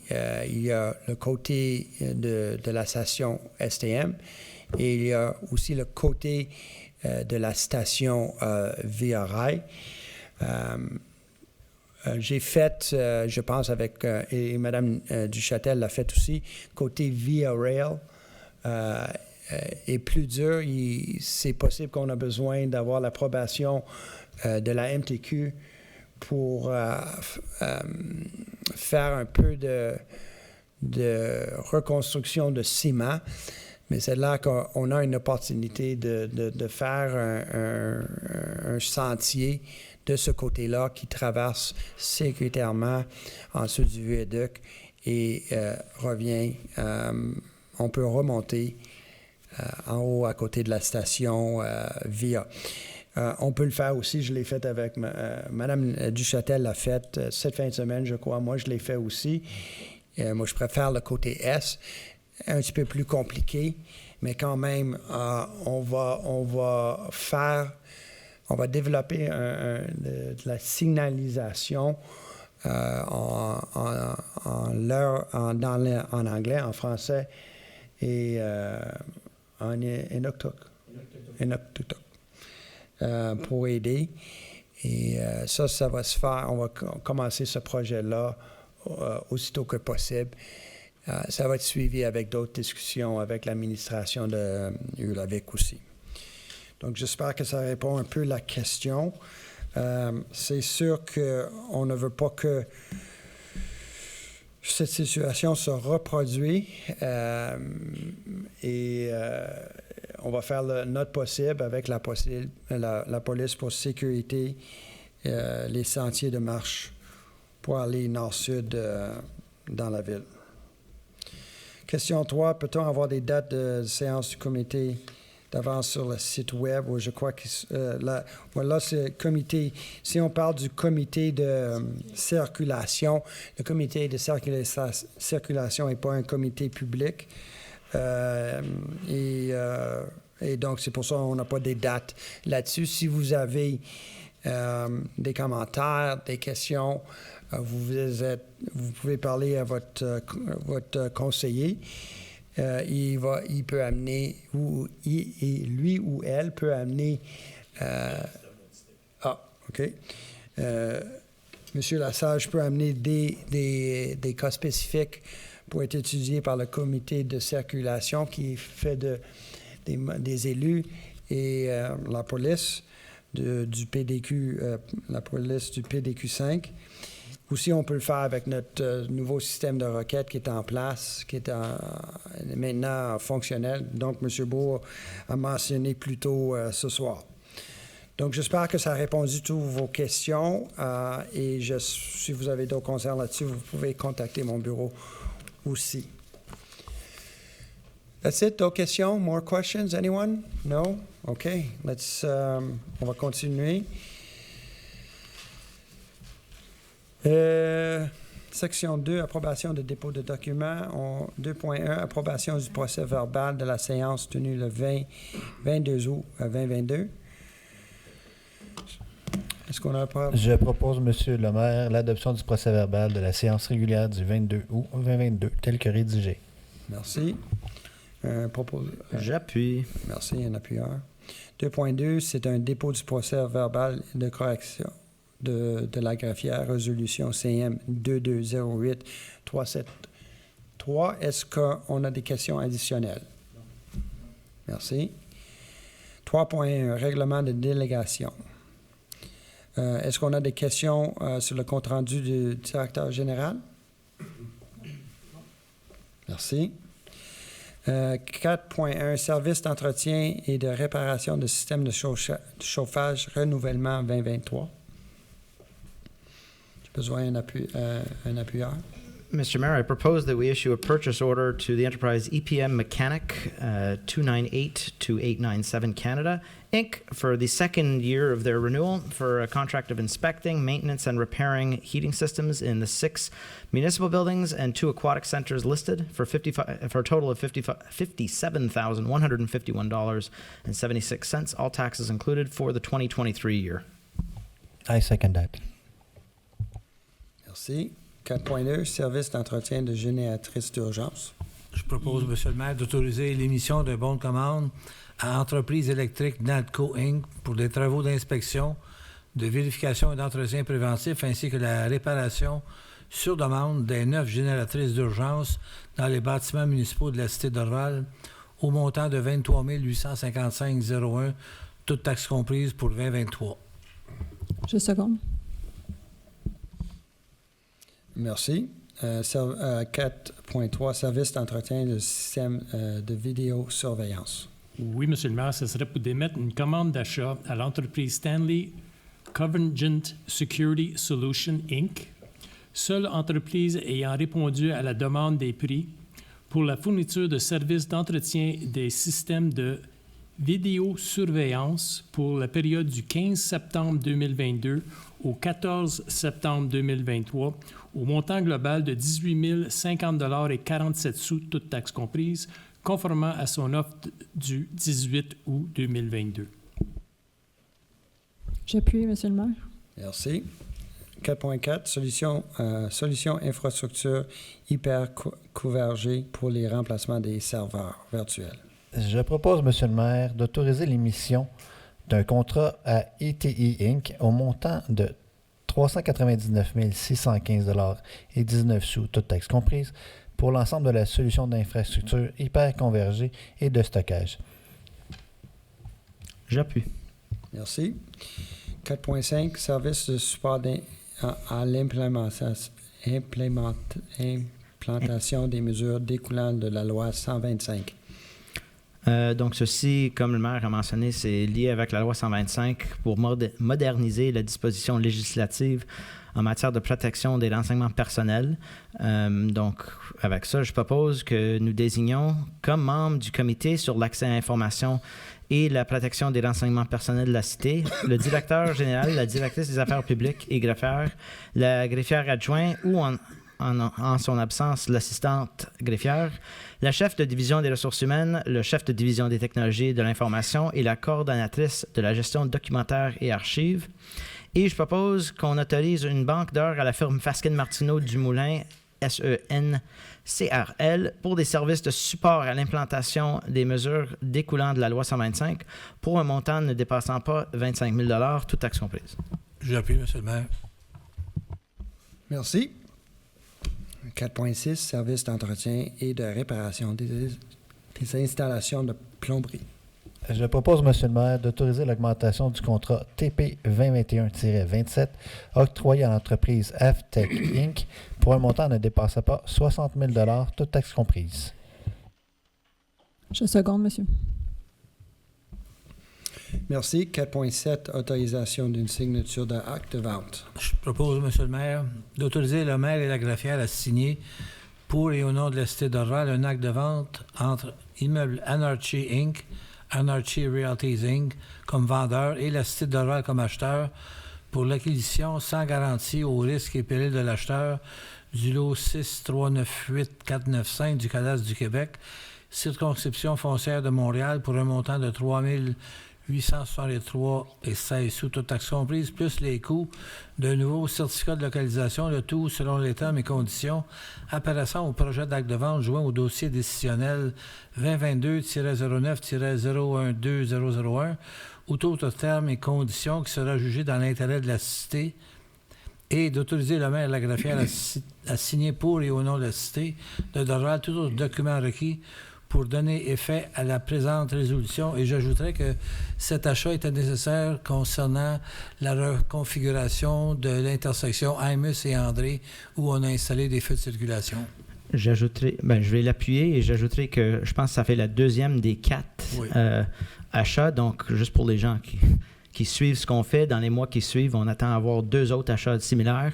Faut pas s'exciter trop, c'est pas pour avoir des espaces verts ou quelque chose d'amusant, c'est juste pour avoir, c'est quand même important, la circulation sécuritaire. Exactement, et je crois qu'il va y avoir une séance publique si le public a des questions qui va venir dans les prochaines semaines. En plus. 4.8, services professionnels, contrôle de la qualité de matériaux. Oui, M. le maire, ce serait pour retenir les services professionnels du laboratoire GS, seul soumissionnaire et conforme pour effectuer les contrôles de la qualité des matériaux dans le cadre du projet de planage resurfaçage des rues 2022 pour un montant global de 11 491,75 $, toutes taxes comprises, conformément à leur soumission ouverte le 6 septembre 2022. Je seconde. Merci. 4.9, fourniture et livraison de sel de gamme. Mr. Mayor, I propose that we award a contract and issue a purchase order to Entreprise Compass Minerals Canada Corp., the lowest conform bidder, to provide de-icing salt for a total amount of $441,848.93, all taxes included, for the 2022-2023 winter season, and that we approve an additional amount up to 10% to cover possible needs to surpass that budgeted amount. I second that. Of course, we never know how much salt we use in a year, so good to have. But we do get a good price by participating with the Ville de Montréal, their whole regroupement d'achat. Exactly. 4.10, services de location et installation d'un plafond lumineux et de décoration pour le marché de Noël 2022-2023. Je propose, M. le maire, d'émettre un bon de commande à l'entreprise A Impact Production Inc. pour la fourniture de services de location, d'installation, de démantèlement d'un plafond lumineux ainsi que la location d'autres décorations pour le marché de Noël durant la période des fêtes 2022-2023 pour un montant de 23 914,80 sous toute taxe comprise, conformément à sa soumission du 13 septembre 2022. Donc, Noël s'en vient. Alors, on a bien hâte au marché de Noël. Merci. J'appuie. Merci. 4.11, fourniture de 2 cabanons au marché de Noël. Yes, Mr. Mayor, it would be to issue a purchase order to Cabanon Noël, having submitted the lowest price for a supply of 2, I like to call them huts, for the Christmas market in the amount of $12,378.21 each, including tax, for a total amount of $24,756.42, including tax. I second that. Merci. 4.12, service d'inventaire de la canopée urbaine. Je propose, Monsieur le maire, d'octroyer un contrat à l'entreprise Groupe Conseil UDA Inc., plus bas soumissionnaire conforme, pour un montant total de 67 777 et 76 sous, toute taxe comprise, pour la réalisation de l'inventaire de la canopée urbaine de la cité d'Orval. J'appuie et je mentionnerai que c'est pas juste pour faire l'inventaire, mais pour l'inclure dans notre géolocalisation aussi. Et c'est lié avec l'établissement éventuel d'une politique de l'arbre qui est mentionnée dans le plan durable de développement. Bravo, Christopher. We can have fun, guys. We can have fun. Vous n'êtes pas le seul à le mentionner, M. Brouwer. 4.13, service professionnel, élaboration d'une étude géotechnique. Je propose, Monsieur le maire, d'autoriser l'émission d'un bon de commande de l'entreprise ABS pour une étude géo-environnementale dans le cadre des travaux de restauration de la maison du jardinier pour un montant global de 12 072 et 38 sous, toutes taxes comprises, conformément à son offre de service du 8 septembre 2022, le tout incluant la réalisation des travaux suivants. 3 forages d'une profondeur maximale de 3 mètres, installation d'un tube perforé au droit d'un des forages et relevé de niveau de la nappe d'eau souterraine, travaux d'arpentage afin de relever les coordonnées géodésiques, système NAD 83, Scope Q, des points de sondage, essais de laboratoire selon le type de sol rencontré dans les sondages sélectionnés et rapport d'études géotechniques. J'appuie. Tout ça pour continuer à aller devant avec ce projet-là. Ça, on va continuer.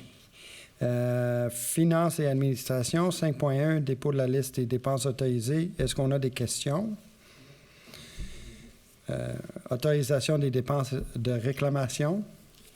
Yes, Mr. Mayor, it would be to authorize the full and final payments of the claims described on the city clerk's report for the period from August 18 to September 7, 2022, and totaling $10,100 non-taxable. I second the motion. Merci. 5.3, approbation de virement budgétaire. Monsieur Trudeau. Oui, je propose, Monsieur le maire, d'autoriser les virements au poste budgétaire tels que décrits au dossier décisionnel 2022-09 17048, lesquels mentionnent 4 séries de virements pour l'année courante, total de 395 848. J'appuie. C'est quand même pas beaucoup pour ce temps d'année. Non, on va s'attendre à vers la fin de l'année. Le mois prochain Okay. et l'autre mois après. Ah, OK. surtout. J'aurais pas dû le mentionner. 5.4, vente d'immeubles pour non-paiement de taxes pour l'année 2022. Ordonnance. Je propose, Monsieur le maire, que le Conseil ordonne à la greffière, conformément à l'article 512 de la Loi sur les cités et villes, de procéder le 2 décembre 2022 dans la salle du Conseil de l'Hôtel de Ville située au 60 avenue Martin à Dorval, à la vente à l'enchère publique des immeubles pour défaut de paiement des taxes municipales apparaissant à la liste jointe produite par le trésorier. Que la greffière soit autorisée à entreprendre les procédures requises pour donner effet à la présente résolution et que le directeur général ou, en son absence, le trésorier ou l'assistant-trésorier soit autorisé à enchérir pour et au nom de la cité pour un montant correspondant aux arrérages de taxes plus les intérêts et frais encourus. J'appuie, Monsieur le maire. Merci. C'est important de noter que on ne vend pas de propriété. On ne vend pas de propriété pour non-paiement de taxes à ce point-ci.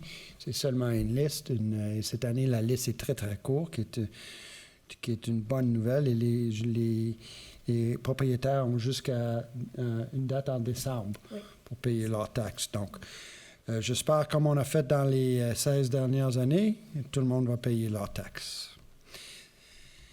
5.5, autorisation de négocier un règlement hors cours.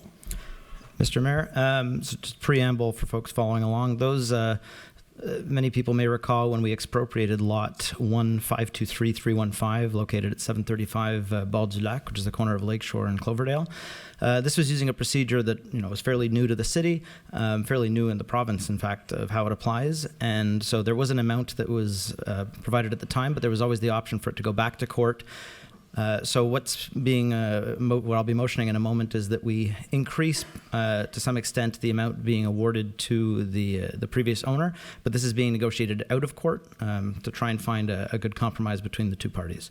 So with that, I propose that we pay to the party that was expropriated from the listed site, 9832092 Canada Inc., an expropriation indemnity for a total amount of $1,155,000, including all associated taxes and interests, and to authorize Maître Patrice Ricard and the city clerk to sign for and in the name of the city of Dorval all documents to put into effect the present resolution. I second the motion. Thank you. And this should put the end to this, the dossier of this property. Where everybody, I think, is ends up being a winner. Is this in addition to what's been paid? No.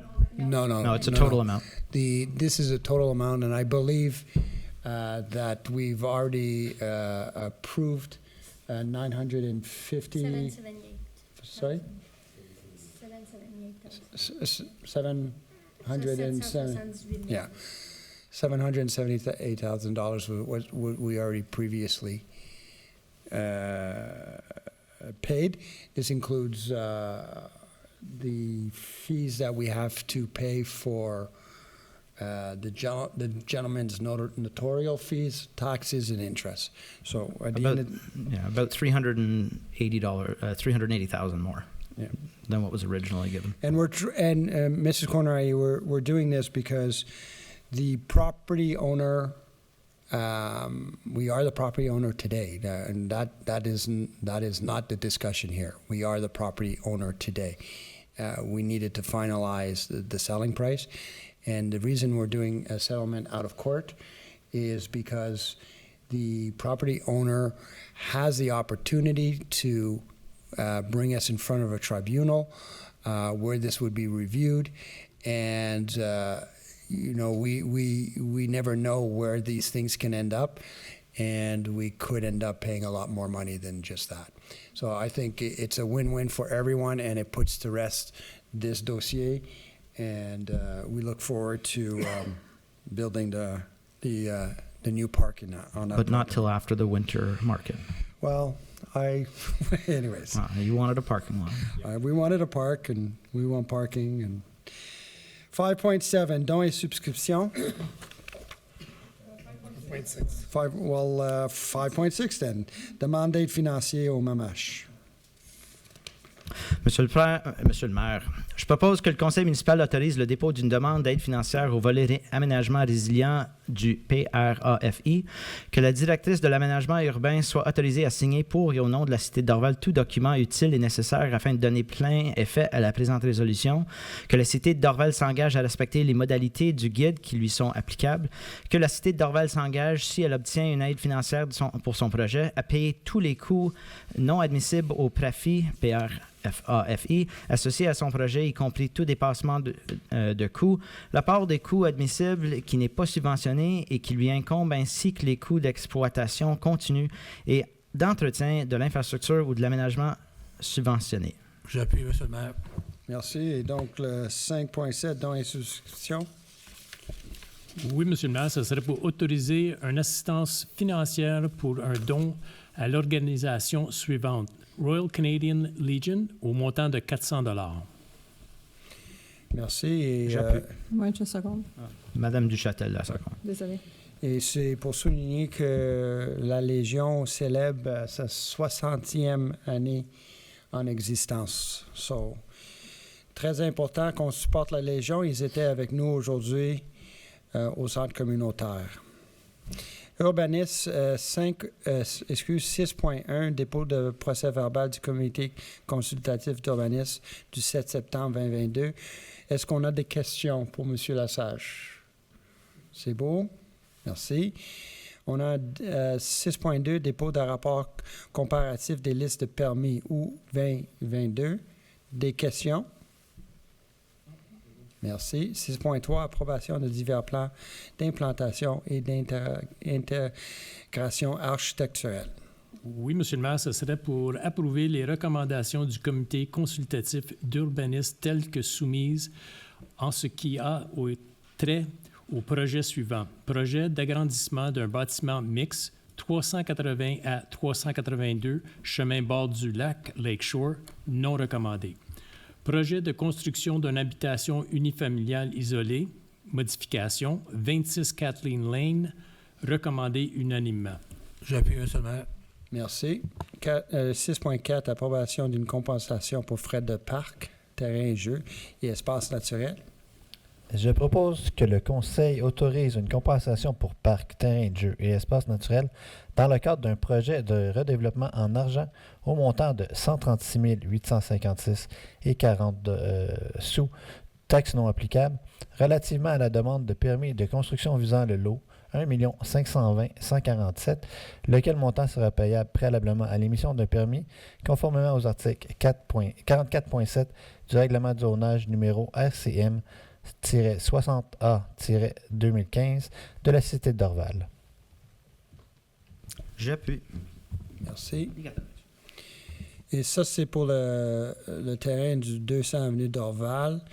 On a juste expliqué brièvement, c'est le frais de parc pour le nouveau projet, un projet qui a été approuvé par le CCU.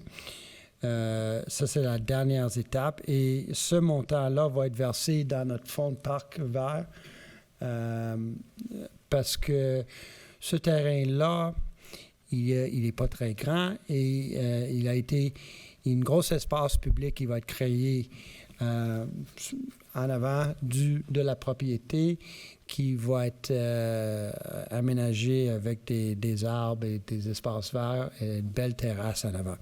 Et donc, on a décidé de prendre les sous pour qu'on puisse utiliser cet argent dans un autre projet de haute densité plus tard.